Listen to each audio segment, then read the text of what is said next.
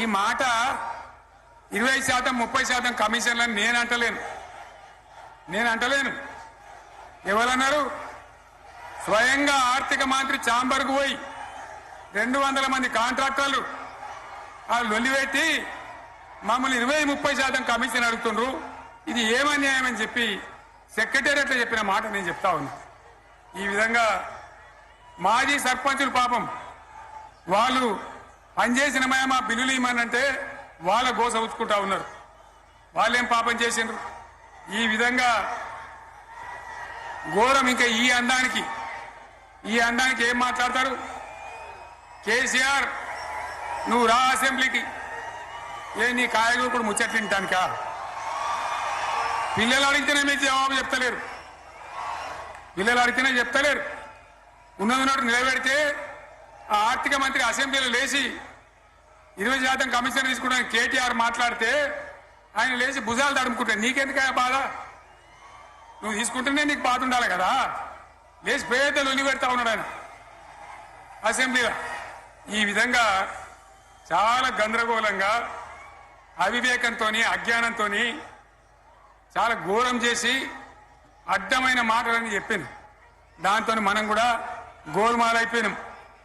తీర్థం పోదాం తిమ్మక్క అంటే వాడు గుల్లే, మనం సల్లే. ఆ గతికి తెచ్చింది కదా ప్రజల గతి. మరి మనం కూడా ప్రజలు కూడా ఆలోచన చేయాలి. ఆవేశం కాదు. గాడిదలకు గడ్డేసి బలరకు పాల్పడితే వస్తాయా? మరి ఇప్పుడు ఏం చేయాలో ఆలోచించాలి. ఓ తమ్ముడు అన్నాడు హైదరాబాద్లో, ఆయన ఇల్లు కూడా కొడితే, కేసీఆర్ అన్నా యాడున్నావు, నువ్వు రావాలి. కత్తి వాన్ చేతిలో పడితే యుద్ధం నన్ను చేయమని పడుతుంది. అంతేనా? ఇది కూడా విచారించాలి ప్రజలు. మీకు అర్థం కావాలని నేను చెప్తా ఉన్నా. అందుకే ఓడగొట్టుకున్న కాడనే వెతుక్కోవాలి. మీ వెంట బీఆర్ఎస్ ఉంటుంది, మీ వెంట కేసీఆర్ ఉంటాడు. 100% మళ్ళా తెలంగాణ విజయం సాధించాలి. గులాబీ జెండా ఎగిరేయాలి. అద్భుతమైన తెలంగాణను మళ్ళా సాధించాలి. ఇక బీజేపీ కథ 11 ఏళ్ళ రాజ్యం చేయబట్టి తెలంగాణకు 11 రూపాయలు ఇచ్చిండ్రా? వాటిదే బబ్రాజమానం భజగోవిందం. శుష్క ప్రియాలు శూన్యాస్తాలు తప్ప ఏమి ఇయ్యలే. 157 కాలేజీలు పెడితే మెడికల్ కాలేజీలు ఒక్కటన్నా తెలంగాణకు ఇచ్చిండ్రా? ఒక్క ప్రాజెక్ట్ కన్నా జాతీయ హోదా ఇచ్చిండ్రా? ఇక కాంగ్రెస్ వాడు ఇట్లా అంటే బీజేపీ వాడు అట్లా. ఏది లేదు. ఉల్టా మనయే ఖమ్మంలో 7 మండలాలు గుంజుకున్నారు. సీలేరు ప్రాజెక్టు గుంజుకున్నారు. నరేంద్ర మోడీ మాట్లాడతాడు. ఏం మాట్లాడతాడు? తెలంగాణ వచ్చిందిరా అని తెలంగాణలో సంతోషపడితే తల్లిని చంపి బిడ్డని బతికిచ్చిండ్రు అంటాడు. ఎన్నోసార్లు అంటే ఒక్కసారి కాదు. ఈ విధంగా అది కూడా మనం అనిపించేది కాదు. ఈ సందర్భంలో ఒక మాట బీజేపీ అంటే నాకు జ్ఞాపకం వచ్చింది. ఇవాళ కేంద్ర ప్రభుత్వం కగార్ అనే ఆపరేషన్ పేరు మీద ఛత్తీస్గఢ్లో యువకులను గిరిజనులను ఊచకోత పోతా ఉన్నారు. అది ధర్మం కాదు. వీళ్ళు ఏమైతున్నది? నక్సలైట్లు ప్రతిపాదన పెడుతున్నారు. మేం ప్రభుత్వం దగ్గరకు వచ్చి చర్చలు చేయడానికి సిద్ధంగా ఉన్నాము అంటున్నారు. నేను కోరుతా ఉన్న కేంద్ర ప్రభుత్వాన్ని, బలమున్నది కదా అని సంపుకుంటా పోవుడు కాదు. అది ప్రజాస్వామ్యం కాదు. ఆపరేషన్ కగార్ వెంటనే ఆపేయండి. వాళ్ళని పిలిచి, ఆ నక్సలైట్లను పిలిచి డెమోక్రటిక్ స్పేస్ ఇచ్చి చర్చలు జరపండి.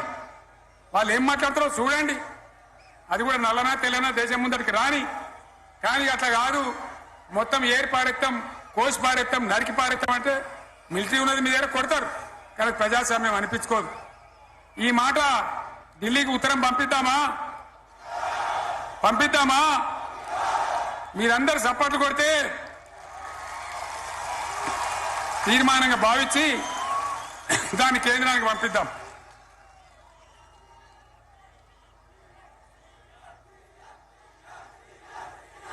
ఇక్కడ 30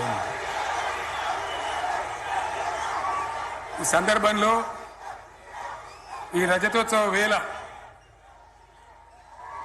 నేను మీ అందరికీ, ఇక్కడ ఉన్న వాళ్లకు, సభలో లేని వాళ్లకు, టీవీలో నా మాటలు వినే వాళ్లకు, యావత్తు తెలంగాణ సమాజానికి బీఆర్ఎస్ గులాబీ జెండా రజతోత్సవ శుభాకాంక్షలు మరొకసారి తెలియజేస్తూ మీరందరూ కూడా ధైర్యంగా ఉండండి. మళ్ళా బీఆర్ఎస్ తెచ్చుకుందాం, బ్రహ్మాండమైన పరిపాలన అందించుకుందాం. వీళ్ళు జరగొట్టేటివన్నీ మళ్ళీ మంచిగా చేసుకుందాం, బ్రహ్మాండంగా ముందుకు పోదాం, పురోగమించుదాం. ఒక అద్భుతమైన తెలంగాణ, ప్రతి వ్యక్తి ముఖంలో చిరునవ్వులు చిందించే తెలంగాణ తయారు చేసుకుందామని చెప్పి మీ అందరికి మనవి చేస్తూ, ఇంత పెద్ద ఎత్తున ఈ సభకు గవర్నమెంట్ వచ్చిన ఏడాది నరలోనే మీరు కదిలి వచ్చిందంటే మీరు కూడా ఒక నిర్ణయానికి వచ్చినట్టు కనబడుతూనే ఉంది. ఓట్లు ఎప్పుడు వస్తాయని చూస్తాను. నేను ఇంకో మాట చెప్పాలి, ముఖ్యమైన మాట ఏంటంటే వీళ్ళు అక్కడిక్కడ ఎందుకైనా మీరు లేచొచ్చిండ్రు ఫోటోల కోసమా?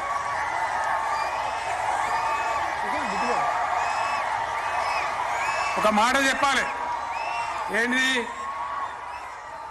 ప్రభాకర్ రెడ్డి అని మా ఎమ్మెల్యే దుబ్బాక ఎమ్మెల్యే, ఆయనతో ఎవరో హైదరాబాద్లో మాట్లాడితే అన్న ఇంకా 3 ఏళ్ళు భరించాలన్న ఈ గవర్నమెంట్ అని మాట్లాడింది. ఆయన మాట చెప్పిండు విలేకరులు. అలా చూసారా మా గవర్నమెంట్ పడగొడతారట. మేమెందుకు పడగొడతాం రా భయ్? మాకేమైనా కాల్చేరు గులగుల పెట్టినాయా?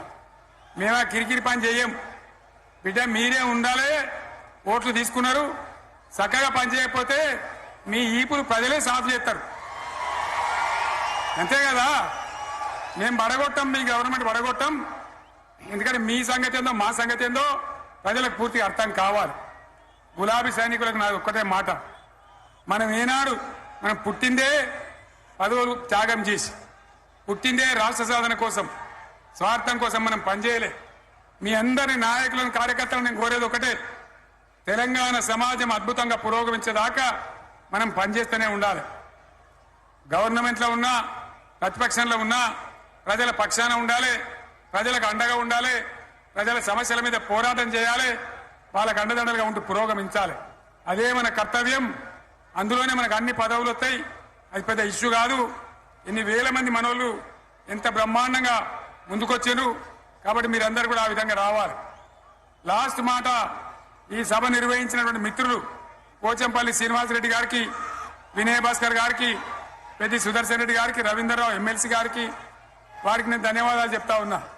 ఇక్కడ భూములు ఇచ్చి బ్రహ్మాండంగా ఆదరించిన ఈ ఎల్కతుర్తి చుట్టుపక్కల గ్రామాల ప్రజలకు కూడా, రైతులకు కూడా నేను ధన్యవాదాలు తెలియజేస్తా ఉన్నా.